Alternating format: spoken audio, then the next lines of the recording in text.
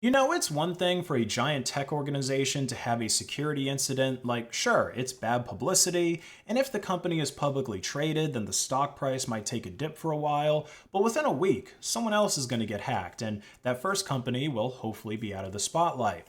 But when you deny that a security breach even happened, and it gets independently verified by security experts, then that can do some long lasting damage. Oracle servers were hacked back in March, exposing the credentials of more than 6 million of their customers.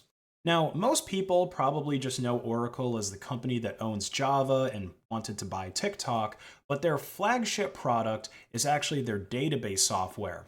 A lot of corporate entities, especially the non techie ones, rely on Oracle to manage their databases because they would rather just throw money at the problem than learn SQL. And Oracle is there to gobble up all of those people's money. So, since Oracle's business is doing databases for other companies, there's a good chance that this breach could actually end up being a supply chain compromise that affects other major industries for years, like retail, hospitals, airlines, shipyards, any of those industries you can think of that need a big, fast database but don't want to maintain one themselves and can pay any price for it are probably going to end up being Oracle customers. But of course, one issue with outsourcing your database to Oracle or any other company is that they might try to avoid reporting incidents like this to you at all. So the post that was made on Breach Forums back on March 20th is titled Oracle Cloud Traditional Hacked, login.x.oraclecloud.com. So I'm pretty sure what's being referred to here as the traditional cloud servers on Breach Forums is really Oracle's Cloud Classic infrastructure. And this is an important thing to note as Oracle's cope about this hacking incident has changed over the past week. I think most recently they've claimed that it was just a legacy system with legacy data that was breached. So they're admitting it happened now, but trying to minimize the impact. But Oracle's own website contradicts this legacy system theory. So if we look at the Cloud Classic page, they describe it as integrated infrastructure services that enable businesses to optimally run Oracle workloads in an enterprise cloud managed, hosted, and supported by Oracle. Nothing here indicates that this is a legacy product that you should no longer be buying. I mean, there is a section that says that you can upgrade your existing Cloud Classic service to their next gen infrastructure, but if we click on the pricing tab that is above that, we can see that Oracle will happily still sell you this classic cloud service, which doesn't seem to be all that secure.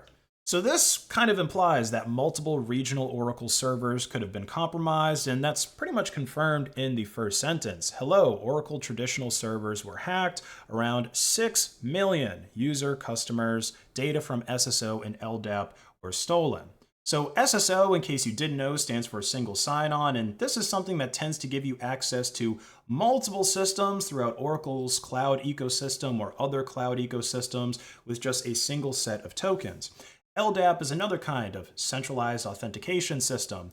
Now, if we look at the attached sample of an LDAP leak, luckily the passwords are hashed here, but people's emails are still present, which can open them up to phishing attacks. Things like the GUID string, which is a globally unique identifier, could be used for further hacking attacks. JKS files, JPS keys, and all of this information about what specific Oracle system actually stores this customer's data and what permissions are granted to them is not something that you want hackers to have.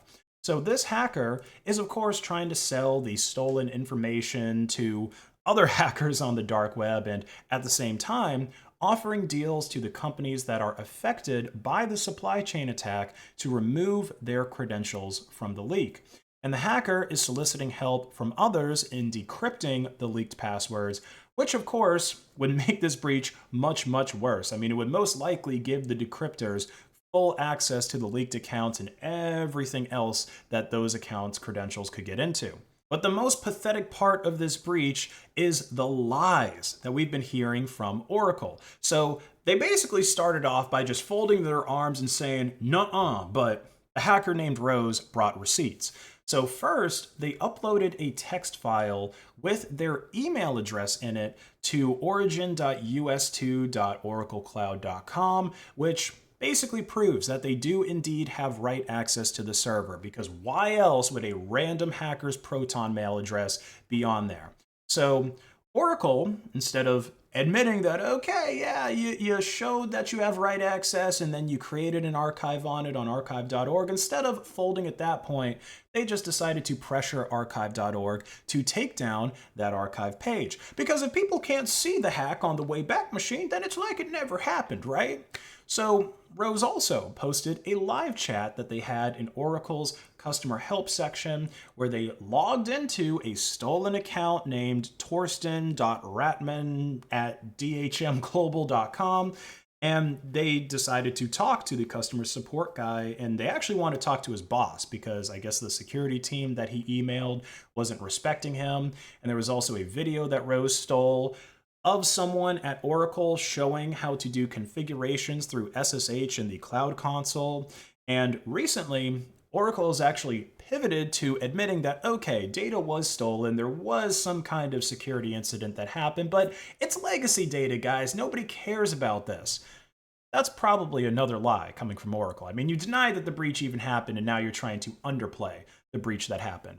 Now, what's really interesting about the archived page where Rose was proving that they do have write access is that if you go back further in the Wayback Machine, before proof of the hack was posted in February, we can see that the page says, "Welcome to Oracle Fusion Middleware 11G."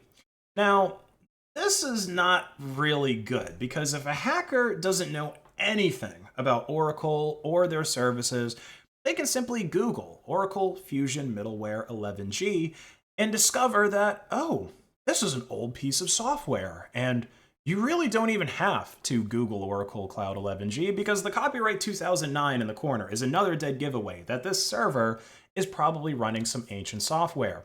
And sure enough, if we look at the server in fofa.info, we can see that it was last updated in 2014.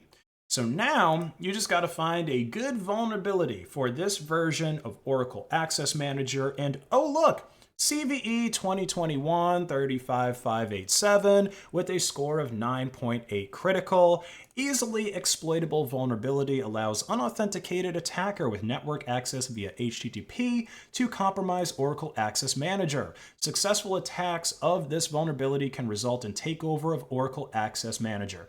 Yeah, there you go. I'll have one of those with a side of fries. So not only did Oracle fail to cover up their screw up, but we have a pretty good idea of exactly what happened. The bloated corporation let system sprawl get to them, which resulted in this poor server not being touched by a single engineer in over 10 years. Now, as far as harm to Oracle's brand goes, they've already got one of the worst reputations in the tech world. They've basically made their empire off of maximizing vendor lock-in. Companies pay through the nose to use their database software, and it's so different from everything else that it's like learning a completely new language to switch to an open source solution if you even wanted to. I mean, again, a lot of the companies that end up going with Oracle for their databases probably just don't know any better and just want to throw money at the solution instead of learn SQL.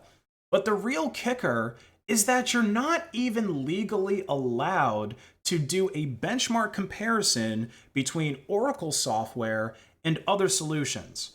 Like, imagine if any other product had that kind of restriction when you bought it. You go to a Ford dealership to buy one of their fancy new electric trucks, the Ford Lightning or something like that, and you sign the sales paper, and then you notice some very small text at the bottom that says, under no circumstances are you allowed to race a Cybertruck or even enter into any competition against them that could show a performance comparison between a Ford electric truck and a Cybertruck. And you might think that this is just one of those rules that are never actually enforced, like ripping tags off a mattress or jaywalking, but Oracle is the kind of company that would actually come after you if you were to post a benchmark comparing their database software against Postgres or whatever else. I mean, Oracle is basically a giant legal firm with a slightly bloated IT department. But that legal firm is going to be busy because there has been a class action lawsuit brought against Oracle out of Texas.